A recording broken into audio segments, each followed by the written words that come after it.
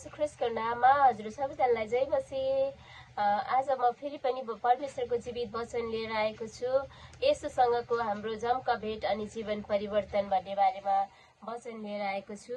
अनि हामीले यो देख्न सक्छौँ हैन, लुका 19 अध्यायको 1 देखि हामी 10 सम्म यहाँ चाहिँ जखायसले चाहिँ येशूलाई भेटेर अनि जखायसको जीवन परिवर्तन भएको हामी यहाँ देख्न सक्छौँ हैन।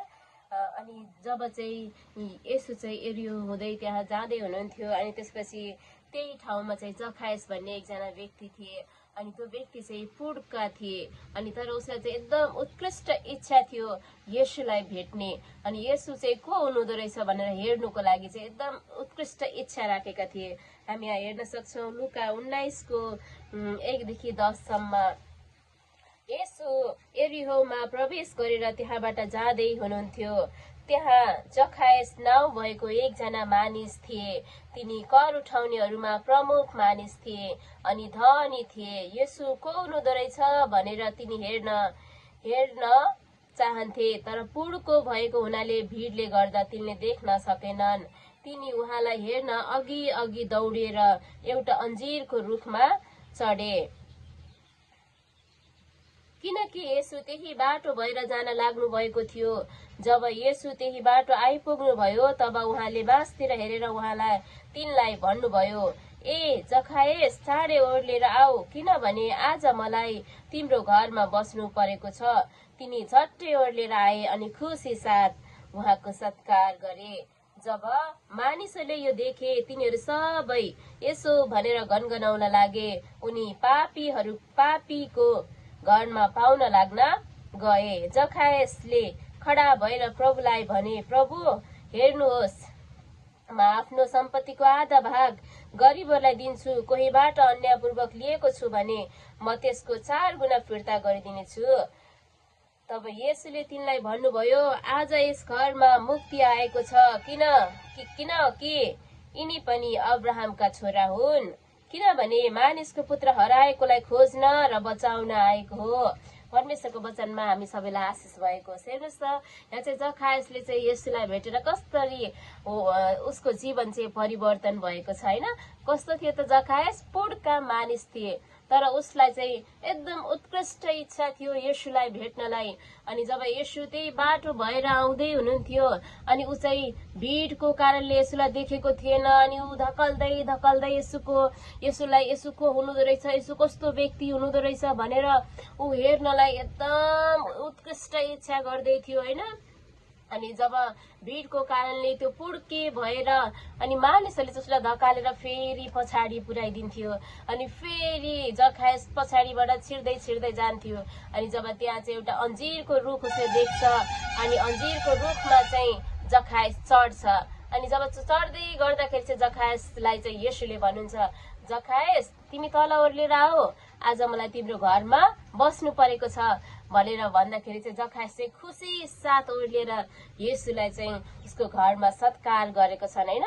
अनि जब मानिसहरूले देख्छन् अनि उनीहरू चाहिँ गनगनाउन थाल्छन्, यो जखायस चाहिँ कस्तो पापी मानिस थियो हैन, उसले अन्यायपूर्वक मानिसहरूको लुट थियो भनेर जब त्यो गनगनाउँदै गर्दाखेरि चाहिँ जखायस जुरुक्क उठेर आफूलाई स्वीकार्छ। प्रभु हेर्नुहोस्, मैले चाहिँ कसैबाट अन्यायपूर्वक लिएको छु भने म उसको चाहिँ फिर्ता गरिदिनेछु। मेरो सबै कुराहरू बेचेर उसको 4 गुणा फिर्ता गरिदिनेछु भनेर उसले चाहिँ आफूलाई के गरेको छ, एउटा विनम्र व्यक्ति बनाएको छ। जब येशूसँग उसको भेट हुन्छ अनि ऊ चाहिँ आफूलाई विनम्र तुल्याउँछ हैन। अनि त्यसपछि येशूले के भन्नुहुन्छ जखायसलाई, आज यस घरमा मुक्ति आएको छ, यिनी पनि अब्राहमका छोरा हुन् भनेर परमेश्वर येशूले भन्नुहुन्छ।